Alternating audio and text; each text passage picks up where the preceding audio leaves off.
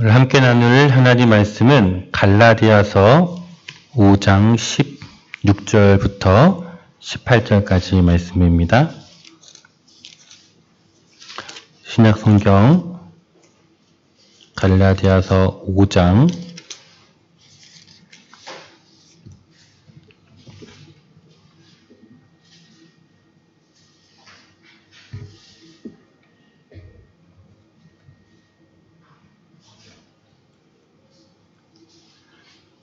16절부터 우리 18절까지 말씀인데요.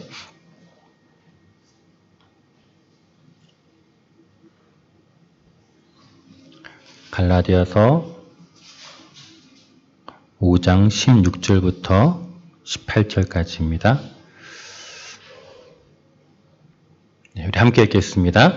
내가 이르노니 너희는 성령을 따라 행하라. 그리하면 육체의 욕심을 이루지 아니하리라. 육체의 소욕은 성령을 거스르고 성령은 육체를 거스르나니 이 둘이 서로 대적함으로 너희가 원하는 것을 하지 못하게 하려 함이니라. 너희가 만일 성령의 인도하시는 바가 되면 율법 아래에 있지 아니하리라. 아멘. 네, 2025년도 이제 내년도 한 해에 우리 교회 표를 정했는데요. 우리 앞에 있는 현수막처럼 2025년도 표는 성령님과 동행하는 교회입니다. 교회뿐만 아니라 우리 모든 성도들의 삶이 성령님과 함께 동행하는 삶이 되기를 소망합니다. 2024년 동안에 우리가 말씀이 내 안에, 내가 말씀 안에 라는 표를 가지고 하나님의 말씀을 우리 안에 두자, 이런 주제를 가지고 한 해를 보냈다면 이제 우리 안에 그 말씀이 좀 더 실체화되고 그것 하나님의 말씀이 우리의 삶 가운데 나타나게 하시는 그 사역을 하시는 것은 성령님의 일입니다. 그래서 2025년 한 해 동안 우리가 성령님에 대해서 함께 알아가면서 또 그냥 이론적으로 성령님이 이런 분이었구나 라는 우리의 지식이 확장되어지고 알미 증가하는 것이 아니라 실제 우리의 삶 가운데 일하시고 역사하시는 성령님의 놀라운 은사가 우리 가운데 함께 일어나기를 소망합니다. 우리가 한 12월 한 달 동안은 이 갈라디아서 5장에 있는 말씀, 오늘은 16절부터 18절까지 읽었는데요. 나머지 19절부터 26절까지의 말씀을 우리 12월 한 달 동안에 함께 나누면서 2025년 한 해에 우리 하나님께서 이 교회 표를 통하여서 이 말씀을 우리 가운데 어떻게 이루고자 하시는지 하나님의 마음들을 함께 나누고자 합니다. 오늘 이 갈라디아서는 사도 바울이 1차, 2차 선교 여행을 하면서 들렀던 지역이에요. 그러면서 세워진 교회들입니다. 교회인데 현재는 이 튀르키예라고 하는, 전에는 우리가 터키라고 했었던 터키의 이제 중부 지역에 있는 지역이 갈라디아 지역인데요. 이곳에 사도 바울이 선교 여행을 하고 교회를 세우고 나중에 이제 들려온 소식이 있었습니다. 자신이 2번이나 방문했었던 이 교회에서 조금 안 좋은 소식이 들려온 거예요. 그게 갈라디아서 1장 6절에 나오는데, 이 갈라디아서 1장 6절에 나오는 이 이야기 때문에 사실은 사도 바울은 이 편지를 갈라디아 교회로 쓰게 됩니다. 1장 6절에 이런 말씀이 나옵니다. 그리스도의 은혜로 너희를 부르신 이를 이같이 속히 떠나 다른 복음을 따르는 것을 내가 이상하게 여기노라. 이 갈라디아 교회가 사도 바울이 전했던 그 복음의 내용이 아닌 지금 뭔가 변질된 다른 복음을 따르고 있다는 거예요. 왜 이러지? 왜 교회의 성도들이 원래 하나님의 그 복음이 아니라 지금 다른 복음을 따라서 살아갈까? 그런 소문이 계속 들리는 거예요. 그러자 사도 바울이 편지를 쓰게 된 것입니다. 갈라디아 교회가 지금 그러면 어떤 다른 복음을 따랐느냐? 3장 11절에 보면 이런 말씀이 나옵니다. 하나님 앞에서 아무도 율법으로 말미암아 의롭게 되지 못할 것이 분명하니 율법으로는 아무도 의롭게 되지 못한다. 이는 의인은 믿음으로 살리라 하였음이라. 분명히 사도 바울이 전한 복음은 여러분은 하나님의 은혜로 예수 그리스도께서 십자가에 죽으신 그 은혜를 여러분이 믿음을 통하여서 구원을 받는 것입니다. 라고 복음을 전했는데 갈라디아 교회 안에 점점 어떤 생각이 들었냐면 그래도 우리가 뭔가 열심히 해야 되지 않겠느냐. 우리가 좀 지킬 것은 지켜야 되지 않겠느냐. 우리가 그래도 구약의 율법들이 있는데 그 중에서 그래도 좀 어느 것들을 좀 지켜가면서 복음을 받아들여야 되지 않겠느냐라는 그런 주장들이 펼쳐나가기 시작한 거예요. 3장 5절에 보니까 이렇게 되어 있습니다. 너희에게 성령을 주시고 너희 가운데서 능력을 행하시는 이의 일이 율법의 행위에서냐 혹은 듣고 믿음에서냐.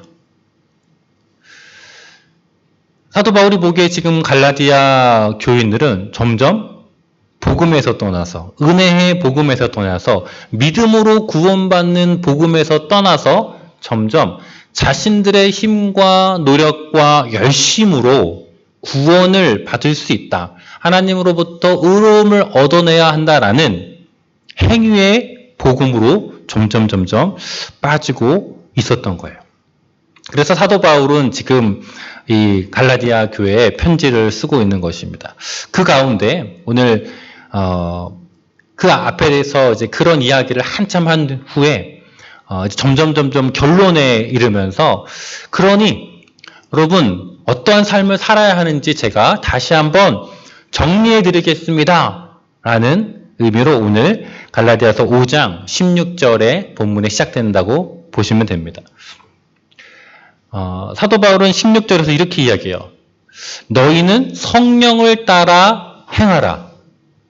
여기 우리 2025년 우리 표에 있는 말씀 주제입니다. 갈라디아서 5장 16절 너희는 성령을 따라 행하라. 이게 우리 2025년도에 우리 함께 우리 교회가 붙들고 나아가고 싶은 말씀인데요. 우리 교회는 또 여러분들은 2025년 한 해 동안 성령을 따라 행하는 삶을 살기를 소망합니다.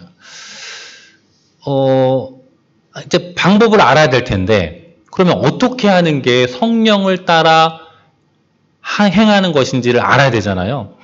그래서 지금 사도 바울은 성령을 따라 행하라고 얘기해요. 근데 뭐를 행하라고 하는 거에 대한 어떤 대상이나 방법에 대한 것들은 다 빠져 있어요. 행하래요. 이 행하라는 게 무슨 말이냐면 영어로는 work예요. work by. 함께 걷는 거예요. 어떤 삶을 사는 거예요.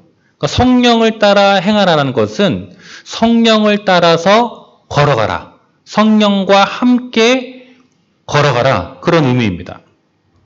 그런데 어떻게 하는 것이 성령을 따라 행하는 것인지에 대한 구체적인 방법에 대해서는 아무런 설명이나 소개를 하고 있지 않아요. 그래서 만약에 그래 사도 바울이 이렇게 갈라디아 교회에게 이야기했고 또 이것이 하나님께서 오늘날 우리에게 말씀하시는 말씀이라면 그래 내가 성령을 따라 행해야지 라고 결심은 할 수 있죠. 그럼 이제 뭘 해야 될까요? 그래 내가 성령을 따라 행하라고 했으니 행할 거야 라고 했어요. 그러면 그 다음에 이제 뭘 해야 될까요? 어떻게 하는 건지 뭐 방법을 자세하게 그러면 이제 성령을 따라 행한다는 것은 1번 이렇게 하십시오. 2번 이렇게 하십시오라고 뭔가 이 단계별로 아니면 어떤 방법이 있는지에 대한 자세한 소개나 설명을 해야 되는데 전혀 없어요.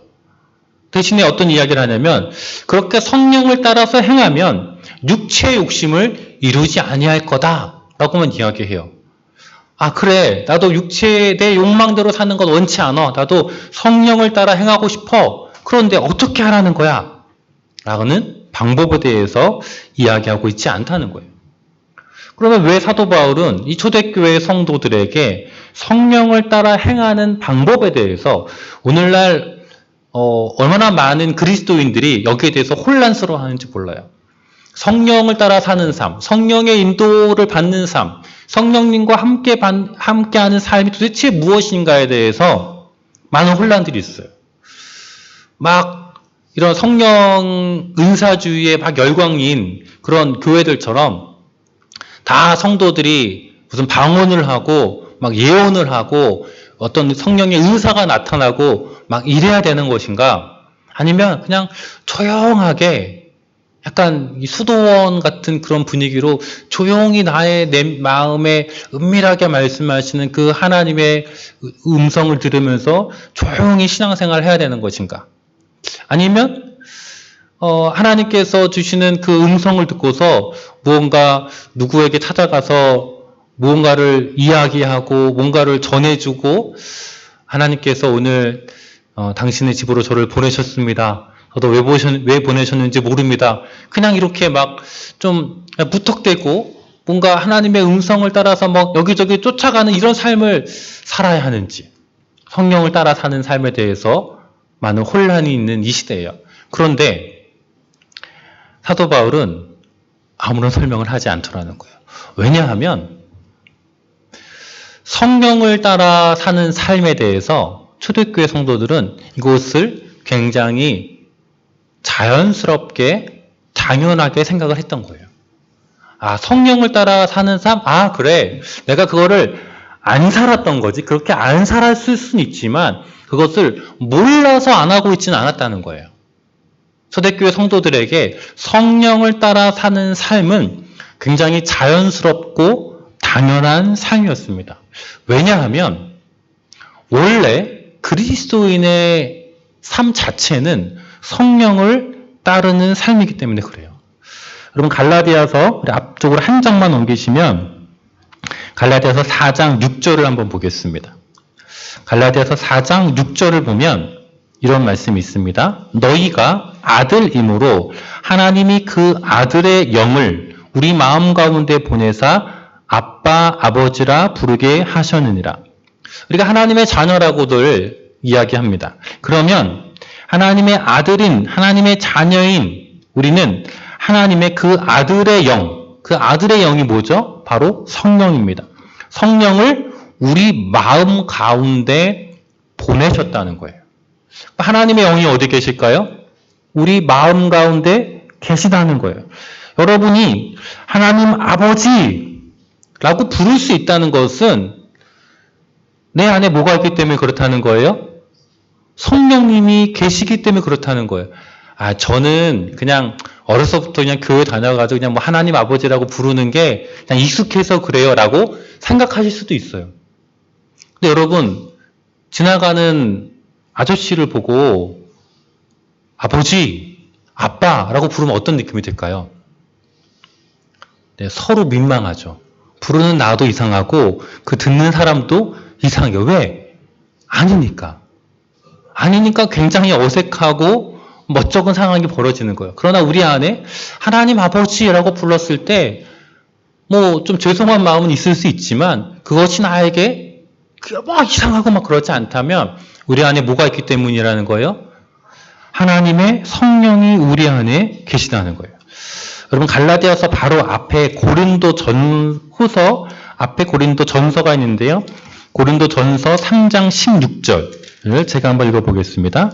고린도 전서 3장 16절입니다. 너희가 하나님의 성전인 것과 하나님의 성령이 너희 안에 계시는 것을 알지 못하느냐. 고린도 전서 역시 사도 바울이 고린도 교회에 쓴 편지인데요. 사도 바울은 아주 자연스럽게 당연하게 고린도 교회 성도들을 향하여서 여러분 하나님의 성령이 여러분 안에 계십니다 라고 이야기하고 있는 거예요. 그러니까 하나님을 믿는 자녀들에게 하나님의 성령이 우리 안에 계신 것은 너무나 자연스러운 거예요. 사도 바울만 그렇게 이야기하는 것이 아닙니다. 우리 요한 1서 4장 13절에도 사도 요한이 이렇게 이야기합니다. 그의 성령을 우리에게 주심으로 우리가 그 안에 거하고 그가 우리 안에 거하시는 줄을 아느니라. 요한일서 4장 13절에서도 요한 사도는 하나님께서 그의 성령을 우리에게 주셔서 그의 성령이 우리 안에 있다라고 이야기해요. 여러분 안에 성령님이 다 계십니다. 여러분이 믿거나 말거나, 여러분이 은혜가 충만하거나 은혜가 별로 없는 상태이거나 상관없이 여러분이 그리스도를 믿는 순간 하나님의 영이신 성령께서 여러분 안에 들어와 계십니다. 그래서 혹자들은 내가 아직 성령이 충만하지 못하다. 그래서 내가 좀 아직은 좀 세속적이기도 하고 세상적이다. 이런 표현들을 하게 돼요. 그러나 여러분 하나님의 성령은 이미 여러분 안에 충만하게 계십니다. 여러분 하나님의 영이 우리 안에 계실 때 빈약한 상태로 계실 수 있을까요? 하나님의 영이 우리 안에 계시는데 우리 안에 들어오셔서 나는 아직 얘랑 좀 안 친하니까 옆에 조금 이렇게 찌그러져 있을래 라고 하면서 하나님의 영이 우리 안에 충만하게 채워져 있지 않고 뭔가 더 채워져야 되고 더 채워져야 되고 더 많아져야 되는 이런 상황이 있을 거라고 생각하시나요? 여러분 그렇지 않습니다. 이미 우리 안에는 성령 충만한 상태에 있습니다. 그런데 그런 의미는 드시죠. 그런 내 삶을 보건대, 내가 나의 신앙을 돌아보건대 별로 그렇지 않은 것 같아. 당연히 그렇죠. 왜 그럴까요? 내가 그 성령님이, 내 안에 계신 성령님이 충분히 나를 통하여서 일하시도록 내가 주도권을 내어드리고 있지 않기 때문이에요. 그럼 누가 주도권을 가지고 있는 거예요? 내가 주도권을 가지고 있는 거죠. 성령님께 나의 자리를 내어드리는 것이 아니라 성령님을 내가 누르고 있는 거예요. 그래서 성경에서는 그런 표현을 뭐라고 하냐면 성령으로 근심케 한다라고 표현해요. 그 성령님이, 내 안에 충만히 계신 성령님이 나를 통하여서 일하시지 못하도록 하는 상태에 대해서 성경은 성령을 근심하게 하는 일이라 라고 이야기합니다. 그러나 분명한 사실은, 우리 말씀을 통하여서 너무나 명백한 사실은 우리가 예수 그리스도를 영접하는 순간 성령님은 우리 안에 이미 들어와 계시다는 것입니다. 그러면 사도 바울은 갈라디아 교회 성도들에게 성령을 따라 행하라 라고 했을 때 무슨 생각을 염두에 두고 했을까요? 유대인들은 당시에 많은 그리스도인들 중에 대부분이 유대인들이었는데 유대인들은 하루에 3번씩 정기적인 기도를 했습니다. 대부분의 유대인들이 오전 9시에 그다음에 12시에 오후 3시에 하루에 3차례씩 기도했습니다. 오늘날에도 유대인들이나 또 무슬림 같은 이런 사람들도 하루에 3번씩 기도하는 것을 그들의 습관처럼 여기고 있습니다. 우리가 성령을 따라 행한다고 했을 때 어떻게 우리 안에 이미 와 계신 그 성령님이, 내 안에 충만하게 계신 그 성령님이 나를 통하여서 일하시도록 하실 수 있느냐? 그것은 바로 기도를 통하는 방법입니다. 여러분, 기도에 대한 여러 가지 정의가 있을 수 있겠지만 기도는 바로 성령님의 음성을 듣는 시간입니다. 사도 바울이 성령을 따라 행하라, 성령을 따라 살아라라고 이야기하는데 우리가 성령을 따라 살아갈 수 있는 방법은 성령님이 지금 나에게 무엇을 말씀하시는가 하는 그 음성을 들어야 합니다.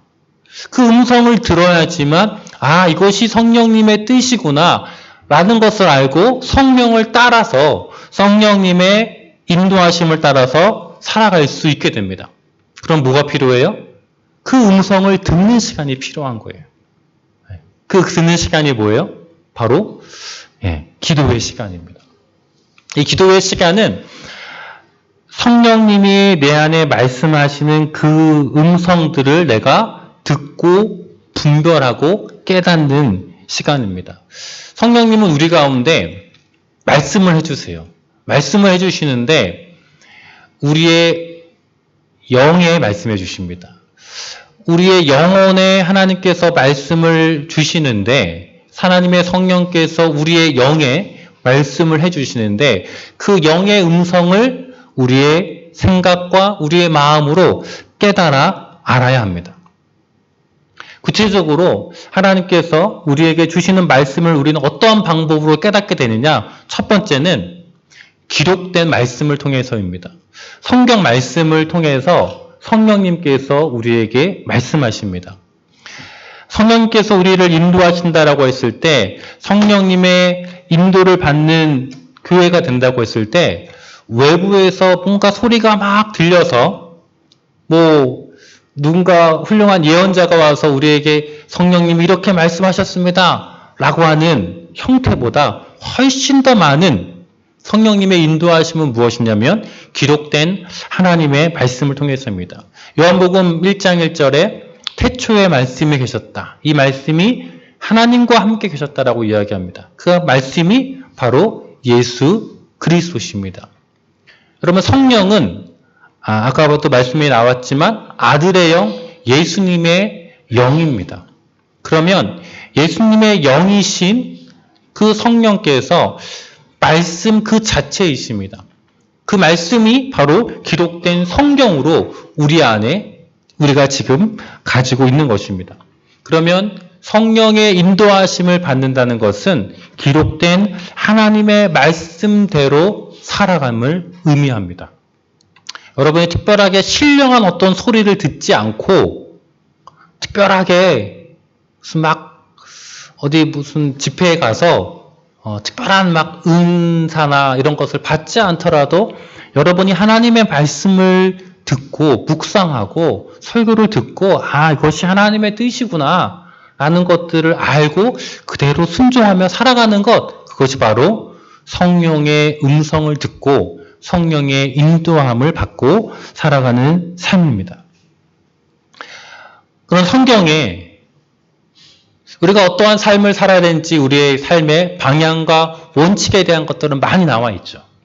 그러나 내가 무슨 직업을 선택해야 할지, 나의 진로를 어떻게 정해야 될지, 내가 돈을 어떻게 사용해야 될지, 내가 어떤 직장을 얻어야 할지, 성경 시대에는 오늘날에 없었던 우리의 상황에 대해서 아무런 이야기 해줄 수 없습니다. 그래서 그런 오늘날 우리가 겪고 있는 구체적인 삶의 여러 가지 선택의 문제에 있어서 성령님은 우리 가운데 다른 형태로 말씀해 주실 수 있는 것입니다. 그때 기록된 말씀이 아니라 성령님의 음성을 통하여서 성령님의 인도하심을 통하여서 우리 가운데 말씀해 주실 수 있습니다. 그러면 내가 어떠한 선택과 어떤 결정을 해야 될지 우리는 어떻게 성령님의 음성을 들을까요? 바로 기도의 자리에서 하나님의 음성을 듣는 것입니다. 여러분 기도의 자리로 나아가서 하나님께 내가 가지고 있는 문제에 대해서 내가 가지고 있는 기도의 제목을 가지고 하나님 앞에 물어보는 거예요. 그냥 내가 어떻게 내 것을 달라고 하는 것이 아니라 하나님 제가 이 상황에 대해서 어떻게 하는 것이 하나님의 뜻입니까? 하나님의 뜻을 구할 때 성령님께서 우리 가운데 말씀하여 주십니다. 그래서 우리가 기도한다는 것은 무엇이냐면 성령님께서 나의 삶 가운데 역사하시도록 일하시도록 시간과 기회를 드리는 거예요. 내가 성령님의 도구로 성령님이 나를 통하여서 당신을 나타내시고 일하시도록 기회와 시간을 드리지 않으면 그분은 일하실 수가 없습니다. 우리를 통하여서 나타나실 수가 없어요. 철저하게 성령님은 우리가 기도함을 통하여서 하나님의 음성을 우리에게 들려주십니다. 저는 그래서 우리 2025년 한 해 동안 성령님의 인도함을 받는 교회가 되기 위해서 우리가 가장 힘써야 할 것이 있다면 바로 기도의 자리로 나아가는 것입니다. 새벽 기도에 나오실 수 있는 분은 새벽 기도를 통하여서, 우리 수요 찬양 예배에 나오실 수 있는 분들은 찬양 예배에 나오셔서 기도하시고, 또 우리 공예배에 나오실 수 없는 분이라면 여러분 각자 정한 기도의 시간에, 기도의 처소에서 여러분 기도하셔야 합니다. 그럼 식기도만으로는 부족합니다. 하루 세끼 밥 먹을 때 기도하는 것으로 여러분이 성령의 음성을 들을 수 있을 거라고 생각하지 마십시오. 절대로 가능하지 않습니다. 절대적으로 구별된 시간에 내가 하나님의 음성을 듣겠습니다. 성령님 나를 인도하여 주십시오. 내 상황에 대해서 하나님의 뜻이 무엇인지 내가 알고 싶습니다. 절대적으로 우리의 기도의 시간을 떼어놓고 하나님의 음성을 들어야 할 것입니다. 그래야지만 2025년에 우리가 하나님의 성령의 음성을 받는 교회가 됩니다. 저와 여러분 가운데 그런 결단이 있었으면 좋겠습니다. 정말 기도의 시간을 통하여서 기도로 나아가서 성령님의 인도함을 받으면서 내가 살아가겠다. 저도 이런 결심과 다짐을 하면서 여기 앞에다가 방석을 하나 샀어요. 네, 이제 제가 원래 새벽 기도하고 나서 저기 뒤에 소파에 앉아가지고 편안히 기도를 했는데 이제는 앞에 나와서 이제 무릎을 꿇고 기도하려고 기도 의자랑 이렇게 방석을 사놨습니다. 그래서 2025년에 우리가 하나님 앞에 더 기도로 나아가서 하나님의 음성을 듣고 그분이 과연 우리에게 어떠한 삶을 원하시는지, 말씀에 기록된 말씀을 통하여서 우리에게 말씀해 주시는 그 원칙과 방향 말고 구체적으로 나의 삶 가운데 개입하셔서 어떻게 우리의 삶을 인도해 가시는지, 그 역동적이고 드라마틱한 하나님의 인도함을 받는 2025년 한 해가 되었으면 좋겠습니다. 그렇게 될 때 우리 18절에 있는 것처럼 성령의 인도하시는 바가 되면 우리는 율법 아래 있지 않게 됩니다. 여러분, 율법 아래 있다는 것은 무엇이냐면 나의 행위와 나의 열심을 통하여서 무언가 해보려는 자세예요.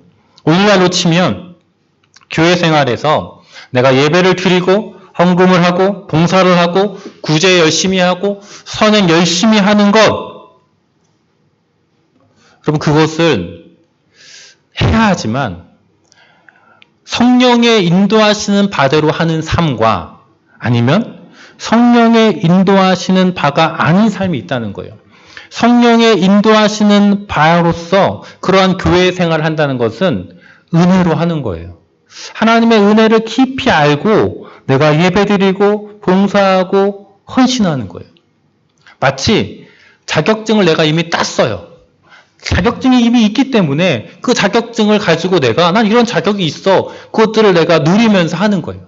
그러나 성령의 인도하시는 바가 아니면 율법 아래 있을 때는 자격증이 없는 거예요. 그럼 어떡하죠? 열심히 해서 자격증을 따야 되는 거예요. 내가 열심히 예배드리고 열심히 기도하고 열심히 헌금하고 열심히 봉사하고 헌신해야 하지만 그래야지만 내가 어떤 자격을 얻을 수 있어. 그래서 자격증을 따기 위해서 노력하고 교회 생활하고 신앙 생활하는 것과 그러면 거기에는 자유가 없습니다. 왜? 못하면 어떡하지? 부족하면 어떨지? 라는 얽매임이 있는 거예요. 그러나 성령의 인도하신 바에 있을 때 우리는 하나님의 은혜로 이것이 가능하다는 것을 알게 됩니다. 로마서 8장 2절 말씀에 그래서 예수 안에 있는 생명의 성령의 법이 죄와 사망의 법에서 너를 해방하였습니다. 라고 기록합니다.